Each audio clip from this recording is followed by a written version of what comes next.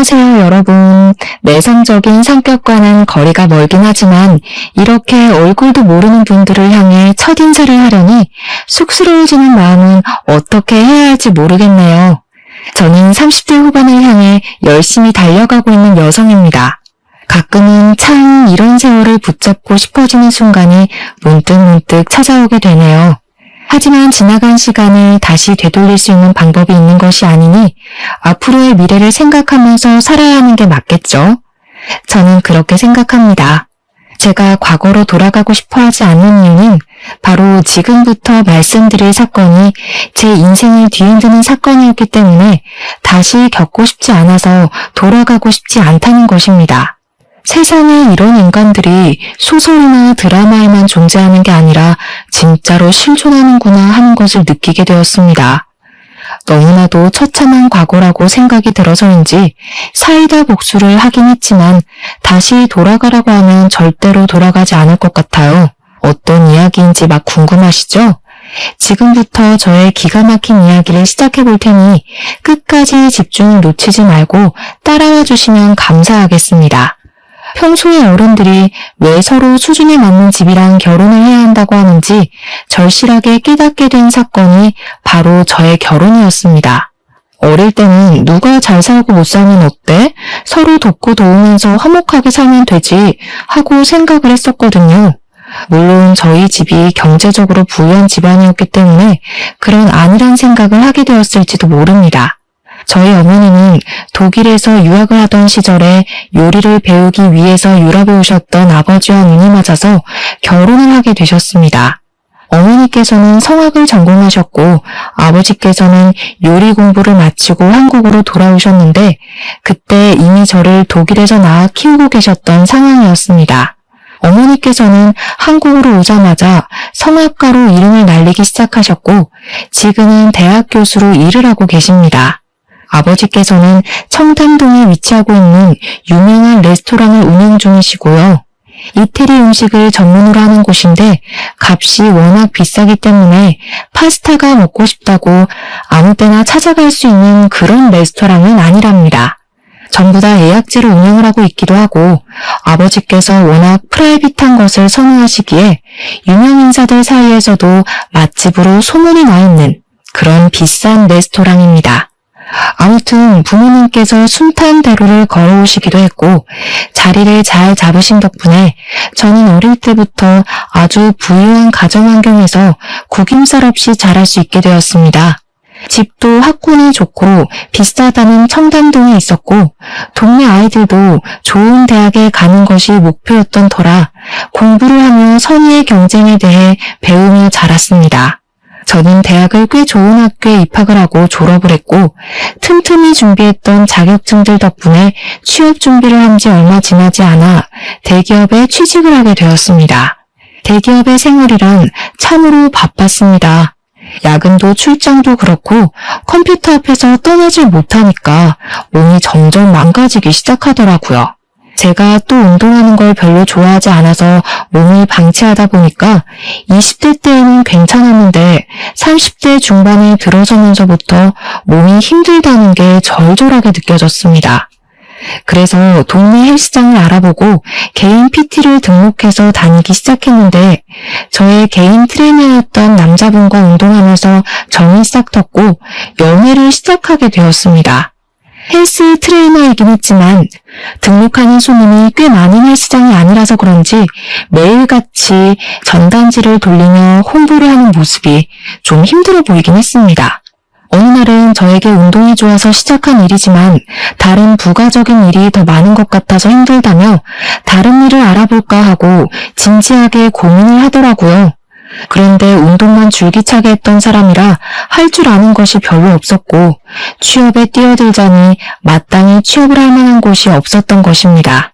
그래도 용기를 가지고 입사 지원서를 내고 면접을 보러 다니곤 했지만 결국 취업이 되지 않아서 원점으로 돌아와 헬스 트레이너 일을 계속하게 되었습니다. 엄청나게 우울해하면서 미래에 대한 불안함에 슬퍼하는 남자친구를 제가 옆에서 내내 지켜주고 달래주고 하면서 저의 연애 시간을 보냈습니다. 그렇게 1년이라는 시간을 넘게 만나다가 이렇게 계속 우울해하기만 하면 안 되겠다 싶어서 너무 사랑하는 마음에 제가 든든한 벽이 되어주기로 결심을 했습니다. 저는 남자친구에게 결혼을 하자고 프로포즈를 하게 되었고 남자친구는 제 프로포즈에 깊은 감동을 받았다며 저와의 결혼을 약속하게 되었습니다. 남녀가 바뀐 것 같다는 생각이 드실지 모르겠지만 사실 누가 먼저 프로포즈를 하는 게 무슨 상관이겠습니까? 그때는 그렇게 생각했습니다. 앞서 말씀을 드렸지만 저희 집은 꽤 부유한 집이었지만 사실 남편의 집은 저희 집과는 전혀 다른 사정을 가지고 있었습니다. 남편이 헬스장에서 열심히 벌어온 푼돈을 가지고 시부모와 시모까지 4명의 식구가 방이 2개밖에 없는 빌라에서 살고 있었던 것입니다. 방이 2개밖에 없었기 때문에 시부모가 안방을 사용하고 시모가 작은 방을 사용했으며 남편은 방이 없어서 거실에서 생활을 하고 있었습니다. 남편은 본인만의 공간이 없어서 너무 힘들었다는 말을 자주 했었는데 그 말의 끝은 결혼을 빨리 해서 집을 나가고 싶다는 결혼으로 자리를 잡았습니다. 사실 그 말 자체가 제가 프로포즈를 하게 된 결정적인 계기가 되는 말이기도 했고요. 어릴 때부터 늘 항상 저만의 공간을 가지고 있었던 저로서는 거실에서 생활을 하는 남편이 너무 안쓰럽게 보였고 빨리 공간을 만들어주고 싶었습니다. 프로포즈까지 한 마당에 양가에 인사를 드리러 가게 되었는데 저희 집에서 남편의 직업이 헬스 트레이너라는 사실을 알고는 탐탁지 않아 하셨습니다. 고정적인 수입이 별로 되지 않고 헬스 트레이너에 대한 인식이 별로 좋지 않았기에 저에게 고민을 더 해보라고 말씀을 하셨습니다. 하지만 저는 남편을 너무나도 사랑했고 남편이 힘들어하는 걸 보고 싶지 않았기 때문에 결혼에 몰아붙여 감행하게 되었습니다. 물론 저희 부모님께서도 사람 보는 눈이 있고 연륜이 있었기에 저를 말리신 것이겠지만 아무것도 모르는 제가 그 염려를 무시하게 된 것이었습니다. 그게 정말 큰 실수였다는 것을 머지않은 시간 만에 깨닫게 되었고요. 제가 참 불행했죠. 그 당시에는 양가 상견례를 하는 자리에서 연신 눈물을 훔치며 집에 돈이 없어서 한 푼도 지원을 해줄 수 없다는 시모가 너무나도 안타까웠습니다. 누가 준비를 하던 돈이 있는 사람이 준비를 하면 장땡이라고 생각했던 치기 어린 마음에 시부모에게 제가 알아서 다 하겠다고 호언장담을 했습니다. 저희 부모님은 제가 생각 없이 뱉어낸 말에 무척이나 어이없어 하셨지만 그 자리에서 뭐라고 꾸짖을 수가 없으니 참으시더라고요. 시모는 제 손을 꼭 잡고 부족한 자기 아들을 거둬줘서 고맙다고 잘 지내보자고 몇 번이나 저에게 말씀을 하셨습니다. 시작부터 공이 정방향으로 잘 굴러가는 듯한 느낌을 받아서 너무 행복했습니다. 신우도 저에게 언니가 생긴 기분이라 좋다고 해맑게 웃으면서 말을 하는데 이게 바로 결혼이고 가정과의 화합이구나 하는 생각이 절로 들었습니다. 저에게 친언니처럼 생각하고 따르겠다며 애교를 부리는 어린 신우를 보면서 저와 남편은 훈훈한 분위기를 느꼈지만 우리 부모님만 별로 좋아하지 않으셨습니다. 저는 그냥 별 생각 없이 딸을 시집 보내는 게 서운하셔서 저렇게 표현을 하시나 보다 하고 안일하게 생각했습니다. 집으로 돌아오는데 어머니께서 그런 말씀을 하셨습니다. 그 어린 신우도 너무 가식적으로 웃는 것 같은 느낌이 들고 시부모도 빈대근성이 있는 것 같은데 그래도 이 결혼 꼭 해야겠니? 어머니, 이렇게 짧게 만나보고 어떻게 사람의 본성을 다 파악할 수 있겠어요? 엄마가 오해하는 거예요. 저는 어머니의 생각이 너무 깊은 거라 치부했지만 결혼을 준비하면서 어머니가 하신 말씀이 어떤 뜻인지 조금 느낄 수 있게 되었습니다. 남편과 결혼을 준비하면서 당연히 예물을 골라야 했기에 웨딩 반지를 보러 주얼리숍에 갔는데 신우가 따라온 게 아니겠습니까? 와, 언니, 이거 너무 예쁘다. 이 귀걸이 제가 하면 진짜 예쁘겠죠? 와, 이 목걸이까지 세트인가 봐. 언니, 저 이거 하나만 사주시면 안 돼요? 다 다이아가 딱 박힌 귀걸이를 골라 잡더니 저에게 사달라고 하는 게 아니겠습니까? 거기가 웨딩 전문숍이라서 그런지 가격도 한두 푼 하는 게 아니었습니다. 제가 신우에게 선물로 줄 만한 가격은 절대 아니었고 평소에 끼고 다닐 수 있는 디자인도 전혀 아니었습니다.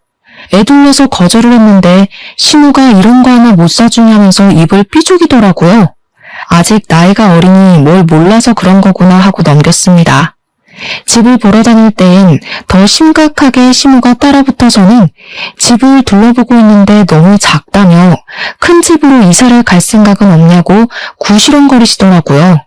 방이 4개짜리 집이면 우리가 같이 살아도 좋을 것 같은데.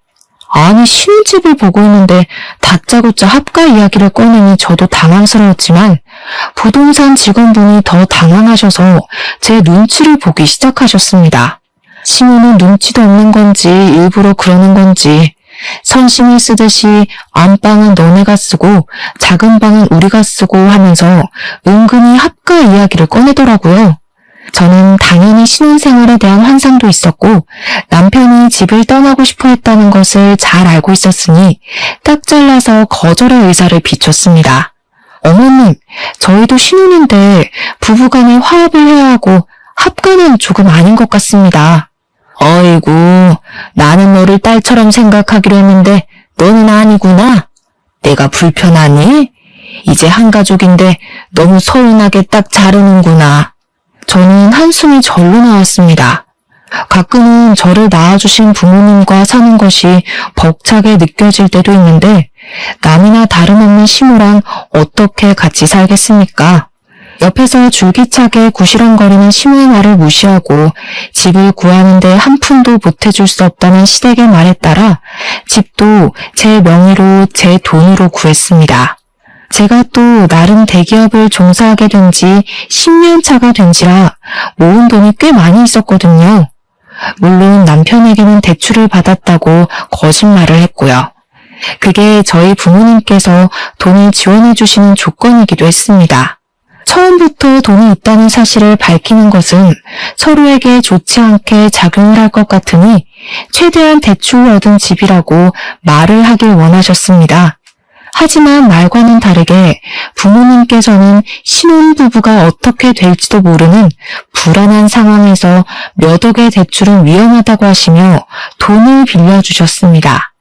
남편은 당연히 제가 은행에서 대출을 받은 줄 알고 앞으로 이자를 어떻게 내야 할지에 대해 고민을 하더라고요. 저는 적당히 장단을 맞추며 남편에게 내 명의로 대출을 받아야 하기 때문에 집 명의도 내 명의로 해야 한다고 속이게 되었습니다. 그 이후 혼수를 사러 다닐 때에도 신우랑 신우가 쫓아와서는 우리 집에서 세탁기 건조기 있으면 좋겠다, 공기청정기 좋아 보인다면서 알짱거렸습니다. 그 말이 저에게 사달라고 하는 말인 걸 알면서도 모른 척했는데 남편이 저에게 슬쩍 그러더라고요. 우리 집 세탁기 15년 된 통돌이인데 매번 거기서 옷 꺼내고 하기가 너무 힘들긴 하더라. 드럼 세탁기 하나 놔드리면 우리 엄마가 좋아할 텐데. 그러면서 제 눈치를 은근히 살피는데 이 남자가 염치가 없다는 생각보다는 귀엽다는 생각이 먼저 들 만큼 제가 남편에게 푹 빠져 있었습니다. 거기다가 직원이 저에게 2개씩 사면 할인을 더 넣어주겠다고 살랑거리는 바람에 시댁에도 세탁기와 건조기를 선물로 놔드리게 되었습니다. 제가 카드로 결제를 하는 걸 보더니 좋아서 어쩔 줄 몰라 하시는데 괜히 제 기분도 좋아지더라고요. 결혼식 전날까지도 사실 저희 부모님은 지금이라도 늦지 않았으니까 결혼을 미루고 싶으면 당장 이야기를 하라고 은근히 저에게 말씀을 하셨습니다. 하지만 결혼식 전날 파투를 낼 신부가 몇이나 되겠습니까? 게다가 저는 남편을 진심으로 너무너무 사랑하고 있었기 때문에 결혼식을 하겠다고 했습니다. 신혼집의 혼수까지 제 돈으로 준비했다는 사실을 알게 된 저희 부모님께서는 시댁이 염치가 없어도 너무 없어서 걱정이라며 저를 살짝 질책하셨습니다. 어떻게 만나도 그런 거지 같은 집안을 만나냐는 식으로 말씀을 하시는데 솔직히 저도 발끈하긴 했죠. 그런데 시댁에서 정말 돈 500만 원이 없다면서 가구나 가전을 하나도 선물을 해주시지 않았기에 제가 부모님께 할 말이 딱히 없었습니다. 그래도 제 가족이 될 사람들이었기에 저는 그때도 시댁의 편을 들었습니다. 누구나 저희 집안처럼 부유하게 살지 못한다고 말입니다. 물론 제가 세탁기와 건조기를 선물해드렸다는 사실은 비밀로 해야 했습니다. 제가 딱 한 가지 시부모님께 난감했던 적이 있었는데 저희가 신혼여행을 하와이로 가기로 결정을 내렸거든요. 그런데 시부모님이 해외여행을 한 번도 가본 적이 없다며 하와이를 같이 가고 싶다고 신혼여행을 따라가겠다고 하시는 거 아니겠습니까? 돈이 한 푼 없어서 저희에게 방향제 하나 선물해 주시지 못한 분들이 무슨 돈이 있어서 하와이를 가고 싶다고 하시는 건지 제가 이건 아니다 싶어서 나중에 같이 해외여행을 가자고 신혼여행인데 부부 둘이서만 가고 싶다고 말을 하니까 삐지시더라고요. 나는 살면서 비행기를 한 번도 타본 적이 없어서 해외여행 가보는 게 소원이었다. 아들 부부 갈 때 따라가야 좋은 거 많이 보지 않겠니? 너네만 좋은 거 구경하겠다면서 은근히 비꼬시는데 저는 제가 이걸 왜 고개 숙여가면서 시부모를 설득해야 하는지 이해가 가질 않았습니다. 남편이 나서서 나중에 같이 가면 되지 해외여행 갈 일이 한 번도 없겠냐고 달래고 달래서야 겨우 일단락이 됐습니다. 결혼식을 마치고 신혼여행도 잘 다녀온 뒤에 시댁 친정에 인사를 드리러 갔는데 제가 사온 물건을 보더니 시모가 인상을 쓰는 게 아니겠습니까? 언니 대기업에 다닌다면서 선물이 고작 이게 뭐예요? 화장품? 이런 거 말고 나 명품백이나 하나 사주지. 화장품이랑 가방이랑 가격이 같았으면 명품백으로 사드렸겠죠. 시모, 나중에 가방은 시모가 돈 모아서 사요. 우리 애가 돈 모아서 그런 사치품을 사겠니? 누가 선물을 해줘야 쓰는 거지. 경제적인 차이가 나니까 있는 사람이 없는 사람을 위해 써야 하는 거 몰라? 다음에 해외여행을 갈 때엔 내 선물도 비싼 양주를 사오고 우리 딸 들고 다닐 그 명품백인지 뭔지도 하나 사와라. 그래, 우리처럼 이렇게 바라는 바가 확실한 사람이 편하다는 건 살면서 깨닫게 될 거다. 시댁이랑 등져서 좋은 게 뭐가 있니? 이런 말을 면전에서 들었다고 생각해보세요. 제가 진짜 어이가 없어서 할 말을 잃고 가만히 있었습니다. 그랬더니 남편이 옆에서 실실 웃으면서 다음에 해외에 갈 때는 같이 가서 고르자고 자기 취향으로 고르는 게 좋지 않겠냐고 말을 하더라고요. 아니 누구 마음대로 다음에 해외 갈 때 같이 간답니까? 남편이 처음으로 7푼이 8푼으로 보였습니다. 아무튼 신혼생활은 둘이 있을 때는 나름 꿀을 바른 듯 달달했고 시댁 식구가 껴있을 때는 시궁창도 이런 시궁창이 따로 없겠다 싶을 정도로 안문 같았습니다. 시댁 식구들의 염치가 남에게 다 져버린 수준인지 만나기만 하면 저한테 이거 해달라 저거 해달라 하면서 요구하기 바쁘셨거든요. 세탁기와 건조기를 사드렸던 게 실수였을까요?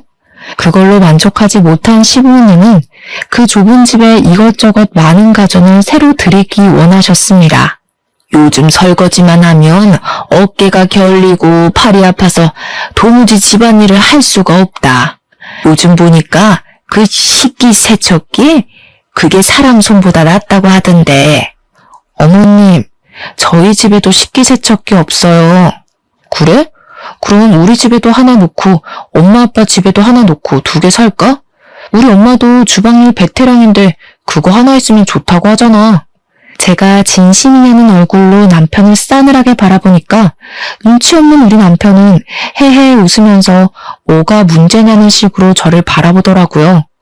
정말 이럴 때 보면 머릿속에 뭐가 들었는지 궁금할 정도로 좋게 말하면 천진난만, 나쁘게 말하면 대가리가 텅텅 비어있는 놈 같았습니다.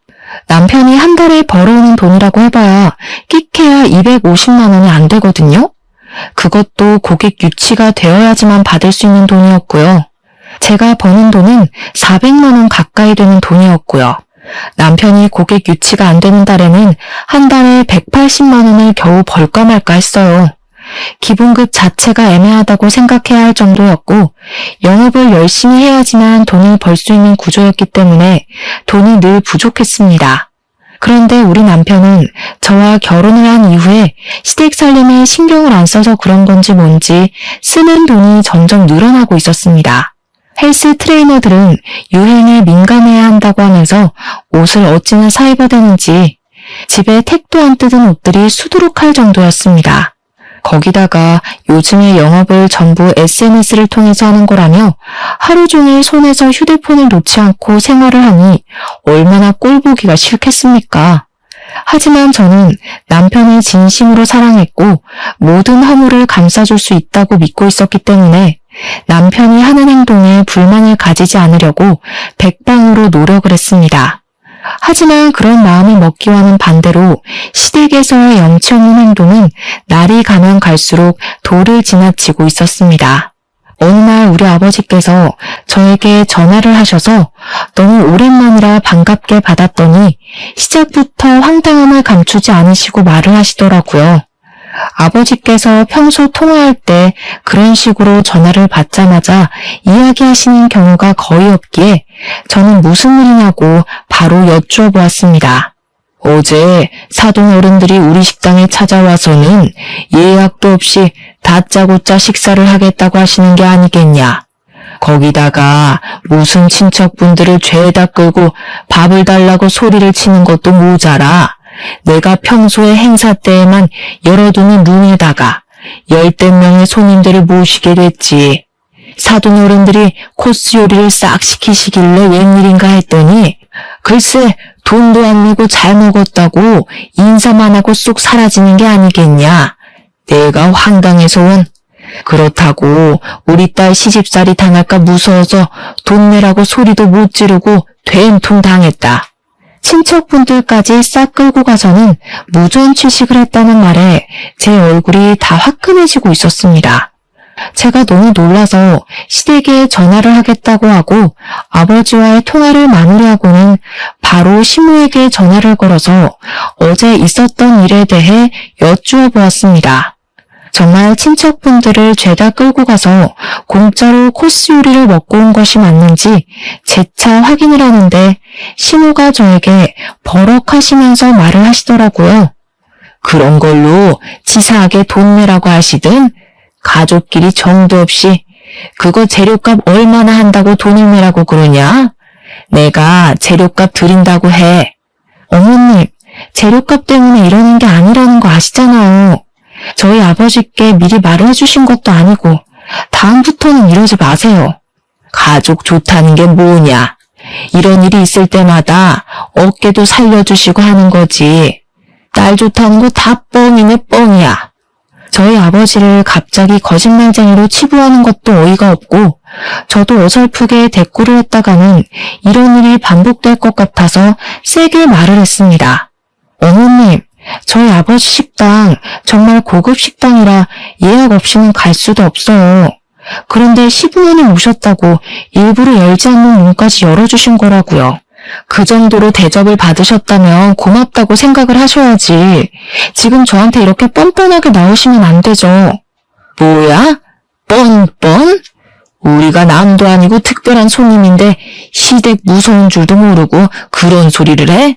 이런 식으로 나오는 건 아니라고 생각한다. 끊자. 시모는 답이 정해진 사람인 것 마냥 애처럼 굴었고 저는 시모를 설득하는 일을 포기하게 되었습니다. 저희 어머니께서는 성악을 전공하신 뒤 성악가로 이름을 알리시다가 지금은 대학 교수로 일을 하고 계시는데 몇 년에 한 번씩 독창의 공연을 올리시곤 하십니다. 후배들을 데리고 양성을 하신다는 명목으로 자선 공연처럼 하시는 건데 이번에도 공연을 하신다고 하시며 저에게 초대장을 줄 테니 보러 오라고 하셨습니다. 평소에 어머니께서 노래를 부르는 모습을 가장 좋아했던 저로서는 몇 년에 한 번씩 오는 이 공연이 무척이나 기대되는 공연이었습니다. 제가 남편에게 같이 가자고 말을 했더니 남편이 시댁에 가서 자랑하듯이 우리 어머니께서 하시는 공연을 설명하고 온 것입니다. 그러니 신우가 갑자기 자기도 평소에 그런 클래식한 공연을 보는 게 소원이었다면서 친구들을 데리고 가도 되겠냐고 물어보더라고요. 우리 신우가 아이돌 좋아하는 건 알았지만 클래식에도 관심이 있는 건 전혀 몰랐던 터라 의아했긴 했지만 경험이라는 것은 중요하니 알겠다고 했습니다. 티켓은 제가 구해다 주겠다고 말을 하고 몇 명이나 갈 것이냐고 물어보니까 대충 5명 정도 갈 것 같다고 5장을 달라고 하더라고요. 신우에게 티켓을 전달해주고 저도 설레는 마음으로 남편이랑 같이 보러 갔는데 진짜 티켓 준 걸 뼈저리게 후회하게 되었습니다. 제가 일부러 좌석도 좋은 좌석으로 어머니께 부탁을 드려서 받아낸 티켓이었는데 신우 친구들이 전부 하나같이 문제가 있더라고요. 그냥 SNS에 이런 공연도 즐긴다 하는 걸 자랑하려고 간 것이었는지 한 명은 공연 중간에 전화를 받지 않나, 플래시까지 터트리며 사진을 찍지를 않나, 또 한 명은 코를 골면서 자는 바람에 조용한 공연 분위기에 드르렁 드르렁 하는 소리가 울려 퍼지더라고요. 자기들까지 내내 웃고 떠들고 공연장에서 하면 안 되는 행동만 골라서 해야 되는데 저희 어머니께서 주신 티켓이니까 어머니도 그 자리에 누가 앉았는지 대충은 알 수 있잖아요. 제가 너무 쪽팔리는 마음에 신우한테 계속 눈치도 주고 신우 쪽을 바라보면서 불타는 눈빛을 보냈는데도 눈치가 없는 건지 일부러 그러는 건지 모른 척을 하더라고요. 제가 결국에는 공연이 끝나자마자 신우를 찾아가서 이게 무슨 짓이냐고 불같이 화를 냈습니다. 신우 친구들까지 싹 잡아다가 잔소리를 했어요. 공연 기본 매너 같은 것도 몰라요? 누가 공연 중간에 사진을 찍고 전화를 받고 떠들어요. 이런 건 기본 에티켓이잖아요. 친구들 앞에서 망신을 당했다는 기분이라도 들었던 건지 신우가 갑자기 얼굴이 새빨갛게 달아올라서 저에게 큰 소리를 치더라고요. 언니는 돈이 많아서 이런 공연을 자주 가서 그런가 본데 저는 처음 오는 거니까 당연히 모를 수도 있지 않아요? 뭐가 그렇게 당당해요? 영화관도 안 가봤어요, 신우는? 여기가 무슨 아이돌 콘서트도 아니고 그런 행동을 하면 안 되는 건 다들 눈치껏 알아요. 지금 저한테 눈치까지 없다고 하시는 거예요? 돈 많은 사람들이나 고급스럽게 즐길 줄 아는 거다. 이런 말씀? 제가 그렇게 비약한 적은 없는데 신우 자격지심이 너무 센 거 아니에요? 언니, 말이면 다 안 줄 알아요? 지금 제 친구들 앞에서 제 인성까지 깎아내리는 건 너무한 것 같네요. 어떻게 제 친구들 앞에서 이런 쪽팔림을 줘요? 언니 평소에 나를 가족이라고 생각 안 하는구나? 내가 뭐 언니한테 잘못한 거 있어요? 어떻게 이런 자리에서 그런 말을 아무렇지 않게 해요? 싸울 것 같아. 저는 정말 너무나도 당황스러워서 기가 막히더라고요. 누가 보면 제가 괜한 트집을 잡아서 신우를 골탕 먹이고 쪽팔림을 주기 위해 한 행동인 줄 알겠어요. 저는 신우에게 영화관을 운운하면서 알아듣게 설명했다고 생각했는데 신우 눈에는 제가 그냥 신우를 마음에 안 들어해서 이런 소리를 한 것이라 느꼈나 보더라고요. 도대체 제가 왜 신우한테 일부러 이런 소리를 하겠습니까? 하지만 알아듣게 말을 해도 이미 색안경을 끼고 바라보는 신우 때문에 대화가 되질 않았습니다. 신우가 오히려 방방 뛰면서 저를 나쁜 면으로 몰고 가는데 제가 속이 답답해서 미치겠더라고요. 남편도 옆에서 저한테 친구들이랑 다 있는 자리에서 말을 너무 심하게 한 것 같다면서 신우 편을 드는데 이런 남자를 뭘 믿고 결혼했나 싶었습니다. 이걸로 끝이 난다면 서운하고 섭섭하겠죠. 제가 결혼을 하고 나서 차를 한 대 뽑았는데 물론 남편이랑 같이 나눠 타려는 목적으로 구매한 건 맞습니다. 그런데 남편이랑 둘이 타기에도 바빠 죽겠는 시점에 시부가 자꾸 제 차를 빌려달라고 조르는 게 아니겠습니까? 나도 이렇게 비싸고 좋은 차 몰고 다니는 게 소원이었는데 차를 한 번만 빌려주라. 내가 친구들 만나러 가는데 며느리 잘 둔 덕 좀 봤다고 하게 말이야. 몇 번이나 남편을 통해서도 저에게도 직접 조르셨기 때문에 주말에 친구분들 만나러 가실 때 한번 차를 몰고 나가보시라고 빌려드렸습니다. 시부도 자랑을 하고 싶은 마음이 있을 거고 거기다가 며느리를 잘 둔 덕이라는 말에 제가 혹해서 실수를 저지르고 말았던 겁니다. 꽤 비싼 외제차이긴 했지만 시부가 운전 경력이 저보다 훨씬 오래됐으니까 별 걱정을 하지 않고 빌려드렸다 이 말입니다. 그런데 밤 11시가 넘은 시각에 갑자기 경찰서에서 저에게 전화가 온 것이 아니겠습니까? 무슨 일인가 싶어 놀래서 경찰서로 남편과 달려가니 시부가 앉아있더라고요. 그런데 얼굴이 벌겋게 달아오른 게 누가 봐도 술에 취한 사람 같은 것 아니겠습니까? 제 예상은 현실이 되었습니다. 시부가 음주운전에 걸린 것입니다. 계속해서 음주운전 아니라는 말만 하면서 음주 측정을 거부하고 버텼대요. 그래서 인근 병원에서 피검사까지 진행을 하고 경찰서에 끌려온 거랍니다. 글쎄. 그날이 끝나기 무섭게 시부가 앞으로 고꾸라져서 코를 드르렁거리면서 자기 시작하는데 진짜 너무 화가 나더라고요. 정신 나간 거 아니냐고요. 도대체 남의 차를 끌고 음주운전이라니. 음주운전은 예비 살인자나 다름없는 행동 아닙니까? 만약 누가 어떻게 사고라도 당했으면 어쩌려고 그런 짓을 하는 건지 너무 화가 나니까 잠든 시부에게 욕을 퍼붓고 있더라고요, 제가. 경찰서 유치장 바닥에 누워서 담요 하나 걸치고 잠을 자고 있는데 세상에 미친놈이 이런 미친놈이 따로 없구나 하는 생각이 들었습니다. 저는 경찰서에서 몇 번이나 쪽팔림을 감수하고 사죄를 드렸고 제 차를 가져가겠다고 하니까 경찰이 무표정하게 말을 하더라고요. 그 차 사고 났어요. 차선 변경 무리하게 하다가 옆 차들이 받고 가드레일 받고 이거 수리비도 꽤 나오겠던데. 아무튼 차가 굴러갈 수 있는 상황이 아니라서 레카가 와서 끌고 갔으니까 저기 공업사 가서 확인해 보세요.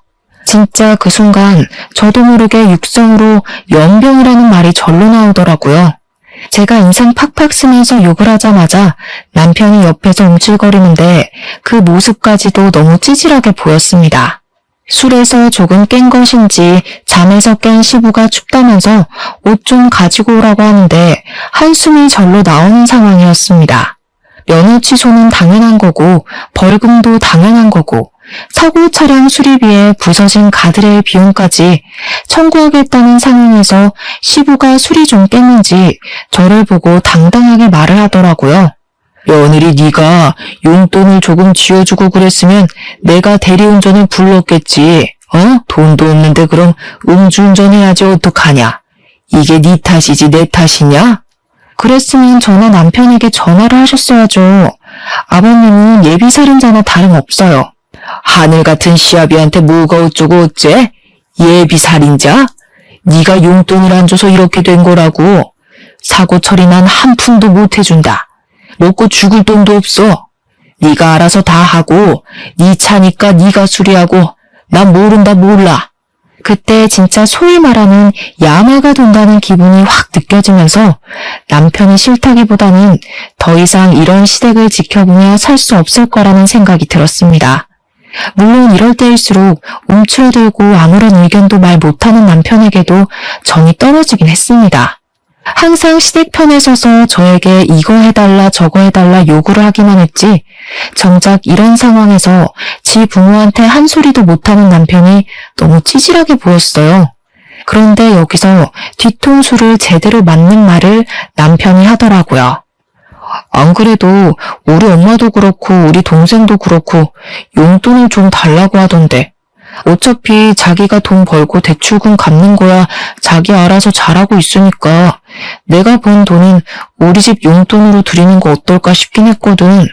자기네 집은 부자니까 장인어른 장모님이 알아서 잘 노후 준비하시면서 사시잖아. 우리 집은 또 그게 아니라서 지금 상황에서 그게 할 말이라고 생각해? 뭐 언젠가는 할 말이니까. 그리고 우리 집이 너무 낡아서 이사도 좀 갔으면 좋겠는데 자기 대기업 다니니까 대출이 잘 나오잖아. 혹시 추가 대출 같은 게 좀 되나? 그러면 자기 돈으로 이사도 갔으면 좋겠는데 이게 진짜 말이라고 다인 줄 아나. 그 대출금은 누가 갚고 또 나 혼자 뼈 빠지게 일하라는 말이야? 왜 자기 혼자 일한다고 생각해? 우리가 함께 열심히 일하면 되지. 자기는 말을 또 서운하게 한다. 당연하게 저에게 돈을 내놓으라는 식으로 말을 하는데 그 순간 이 결혼은 실패한 결혼이라는 생각이 제 머릿속을 지배했습니다.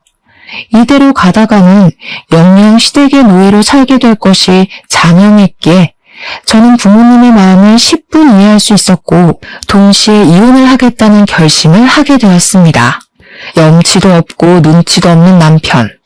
저만 보면 돈 외쳐대는 시댁까지 이대로 살면 안 되겠다 싶어서 저희 부모님께 이혼을 하겠다고 죄송하다고 말을 했습니다. 처음에는 저희 부모님께서도 한숨을 쉬시며 잔소리를 하려고 하시다가 제 의견을 지지해 주시겠다고 하시며 변호사를 선임해 주냐고 물어보시더라고요. 제가 곱게 이혼을 해주면 제 속만 골맬 게 분명했기에 저는 그동안 당한 것들을 모두 깔끔하게 복수로 되돌려주기로 마음을 먹었습니다. 저는 제일 먼저 한 행동이 차량 수리비부터 시작해서 상대방 병원비에 보상금 벌금까지 싹 다 종합해서 시댁에 청구를 했습니다.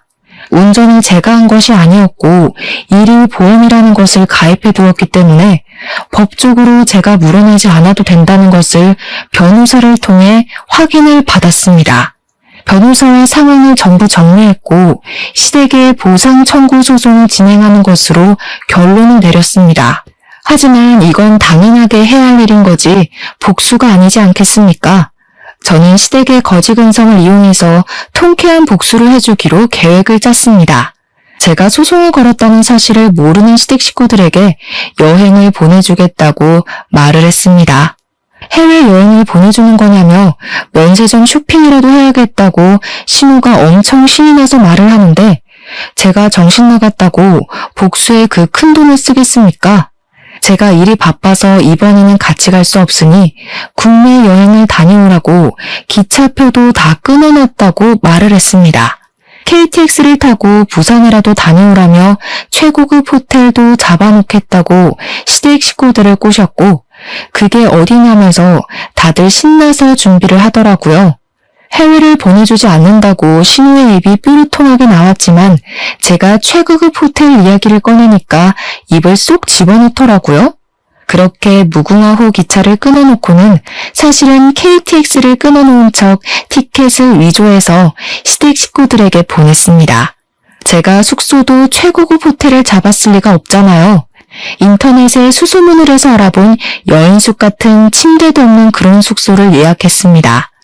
마치 고급져 보이는 호텔인 것 마냥 숙소 내역도 포토샵을 통해서 수정을 해서 5성급인 척 꾸며서 보냈습니다. 무궁화호를 타면 기차만 5시간 이상을 타야 하는 거 아시죠? 그래서 시댁 식구들이 서울역에 가서 KTX를 타고 가는 줄 알고 신나 있을 동안 저는 용달을 불렀습니다. 우리 집에 있는 남편의 짐을 모조리 다 빼서 시댁에다가 옮겨놓고 시댁을 찾아가서 제가 사준 세탁기와 건조를 중고 매장에 냅다 팔아버렸습니다. 솔직히 치사하다고 생각하실지 모르겠지만 제가 내 돈으로 사준 물건이니까 소유권도 당연히 저한테 있다고 생각했습니다. 그 집에 제 돈으로 산 물건이 하나도 없길 바랬거든요. 제가 신우에게 선물해준 화장품까지 하나하나 다 챙겨서 제 돈으로 산 물건을 버리거나 제가 챙겨오거나 중고 거래로 팔았습니다. 저는 바로 부동산에 들러서 집도 내놓고 제 짐까지 싹 빼서 친정으로 옮겼습니다. 그런 일을 벌이는 사이에 시댁에서는 KTX 티켓이 아니라면서 무궁화호 티켓이라고 난리가 난 것이 아니겠습니까? 어떻게 예약을 했길래 티켓이 이렇게 실수가 날 수 있냐고 저를 질책하길래 저는 시댁 식구들을 가만히 솔로 꼬셨습니다. 제가 티켓을 잘못 봤나 봐요. 이상하네, KTX였는데. 그래도 숙소는 딱 우리 시댁 식구들에 맞춰서 준비했으니까 즐겨주세요. 제가 짐 정리를 미리미리 해놔서 그런지 시댁 식구들이 여인숙 주소 앞에 도착했을 때 어느 정도 짐 정리가 다 된 상태였습니다. 당연히 최고급 호텔만 생각하고 여인숙 주소 앞에 선 시댁 식구들은 숙소의 상태를 보고 저에게 화가 머리끝까지 나서 전화를 했더라고요. 숙소 5성급 호텔이라고 안 했어? 우리 식구들을 위해 준비했다며. 맞아. 당신네들한테는 딱 그 숙소가 최고 아니야? 잘 어울려. 거지근성에 딱 맞춰서 구한 건데. 뭐? 거지근성? 너 지금 말 다 했어? 정신 나간 거야? 정신 안 나갔는데? 지금 나 완전 제정신이야. 그리고 너무 안성맞춤 아니야? 언니, 이게 무슨 짓이야, 진짜. 나 친구들한테 5성급 호텔 간다고 자랑 다 해놨는데, 어떻게 책임질 거야? 지금 시댁 식구들을 무시하는 게야? 시집살이 제대로 한번 시켜줘. 지금이라도 5성급으로 바꿔놓으면 우리가 해프닝이라고 생각하고 웃어 넘기마. 저는 쉴 새 없이 떠드는 그들의 입을 제대로 막아주겠다고 결심했습니다. 내 차 수리비 1,200만 원, 상대방 차 수리비 800만 원, 음주운전 벌금 1,000만 원, 거기다가 내 정신적 피해 보상비에 차량 렌트비, 가드레일 수리비, 제가 하나하나 다 받아낼 테니 앞으로 소송 준비 잘 하시고요. 제가 선물해드린 가전들과 생필품들은 제가 다시 가져가도록 할게요. 그래도 그건 제가 처음에 좋은 마음으로 선물을 해드린 거니까 새거 값으로 받지 않는 걸 고맙게 생각하세요. 아, 그리고 여보, 우리 집 부동산에 내놨어. 짐은 다 시댁으로 돌려놨고. 그리고 내 카드 그거 정지시켜서 안 긁힐 거야. 돈은 좀 넉넉하게 들고 부산으로 갔길 바래. 쉬지 않고 와다 쏟아내니 시댁 식구들이 입을 싹 다물더라고요. 남편만 분한지 야야하면서 저를 불러대는데 마지막 쐐기를 박았습니다. 아마 지금 집에 가면 이혼 소송장이 도착해 있을 거야. 꼼꼼하게 읽고 위자료 준비 잘해. 그러고는 통쾌한 마음에 팔짝팔짝 뛰면서 전화를 차단해버렸습니다. 그 이후에 서울에 돌아오려고 기차표를 끊는 건지 뭔지 카드 알림이 엄청나게 도착하더라고요. 근데 제가 카드를 정지시켜버렸잖아요. 결제 실패 메시지가 몇 개가 오던지 어이가 없어서 정지해놨다고 말을 했는데도 멍청한 짓을 반복하더라고요. 아무튼 그날 저녁 늦은 시간에 어떻게 서울까지 오긴 왔는지 친정집으로 시댁 식구들이 전부 다 찾아왔더라고요. 사돈댁은 자식 교육을 어떻게 시켰길래 이혼이 애들 장난입니까? 예? 시댁이 우습답니까? 이건 뭐 인성교육이 아주. 아줌마, 지금 말 다 하셨어요? 남의 부모한테 자식 교육 운운하기 전에 먼저 자기 자신을 돌아보세요. 자기들은 아주 거지근성으로 키워놓고 누가 누구 보고? 자식 교육, 인성 교육이라는 말에 우리 어머니께서 화가 잔뜩 나셨는지 정말 저는 태어나서 우리 어머니께서 욕을 하시는 걸 들어본 적이 없거든요. 진짜 교양이 넘치시는 분이라 손찌검도 안 하시는 분인데 우리 어머니께서 시모의 머리채를 확 잡아뜯는 게 아니겠습니까? 저랑 아버지랑 진짜 둘 다 너무 놀라서 말리지도 못했어요. 시모는 머리채가 잡혀서 이리저리 끌려다니다가 결국 바닥에 내동댕이 쳐졌습니다. 이 정신 나간 년이 지금 뭘 하는 거야? 누가 누구 보고 인성교육을 가지고 난리야? 이 쓰레기 같은 집안. 지금 내 머리카락 다 뜯어놓은 거 후회할 거야. 고소를 할 거야. 너네 다 콩밥 먹일 거야. 그러든지 말든지. 주거 침입으로 신고하기 전에 당장 우리 집에서 나가지 못해? 내가 걸어둔 소송 준비나 잘해. 끽해봐야 머리카락 뜯긴 걸로 무슨. 그 뒤로 이혼 소송은 당연히 급물살을 타고 진행이 되었고 남편 측은 제가 걸어놓은 손해배상 청구 소송 때문에 정신을 놓게 되었습니다. 저의 회사며 집이며 찾아와서는 집 팔아봐야 벌금 내고 뭐하고 하면 돈 한 푼 안 남는다고 한 번만 봐달라고 온 가족이 울면서 사정사정을 하더라고요. 저는 그런 그들을 내려다보며 비웃어줬습니다. 우리 집 팔면 정말 오갈 곳도 없어. 우리 아빠 가게에서 밥 처먹고 간 친척들은 어디 갔대? 어떻게 그 사람들한테 신세를 줘. 제발 한 번만 봐주라. 너네 집 잘 살잖아. 이거 푼돈이잖아. 세상에 몇 천만 원이 푼돈인 사람이 어디 있니? 이런 한 장까지도 악착같이 받아낼 테니 그런 줄 알아. 멀어지는 제 뒤에서 울고불고 소리를 질러대는데 아주 속이 시원했습니다. 그 뒤로 유능한 우리 변호사님 덕분에 이혼 소송은 완벽하게 나무로 갈라지는 걸로 마무리됐고 손해배상에 대한 소송은 아직 진행 중에 있습니다. 조만간 결과가 나올 거라고 예상하고 있는데 도대체 얼마나 더 거짓골이 될지 궁금해 죽겠습니다. 제가 손해배상 청구를 신청한 금액이 어마어마하다 보니 시댁에서는 집까지 팔았다고 지금은 오갈 곳이 없어서 폐지를 주어야 한다고 하더라고요. 하루 벌어 하루 먹고 사는 처지가 되고 나니 저에게 찾아와 적당히 합의를 해줄 수 없냐고 물어보는데 제가 그들의 처지를 불쌍하게 생각할 필요가 있을 리 없죠. 울고불고 비는 꼴이 얼마나 우습고 초라하던지 제 발밑에서 벌벌 기는 그 사람들의 앞에 살포시 5만 원짜리 한 장 던져줬습니다. 그 돈으로 라면이라도 사 먹으라고 하니 부들부들 떨면서도 그 돈을 소중하게 챙겨가는데 웃음이 터져서 혼이 났습니다. 공짜 좋아하고 남의 돈을 자기 돈처럼 물 쓰듯이 쓰던 멍청한 인간들이 결국에는 이런 결말을 맞이하게 됐다는 게 통쾌할 따름이랍니다. 여러분, 인생사는 세웅지마라고 말을 하잖아요. 저에게 딱 어울리는 말이 아닐까요? 기쁘고 행복한 시간이 있다면 힘든 일이 그만큼 따를 수도 있다는 말이죠. 하지만 저는 그 모든 것을 극복해내고 지금은 제 스스로를 돌보며 저만의 자유, 저만의 시간에 집중하고 지내고 있습니다. 그 거지 같은 인간들과는 완벽하게 갈라지고 제 인생을 새 출발하게 되었으니 제 인생의 그 어떤 날들보다 행복하고 기쁘게 지내고 있는 중이랍니다.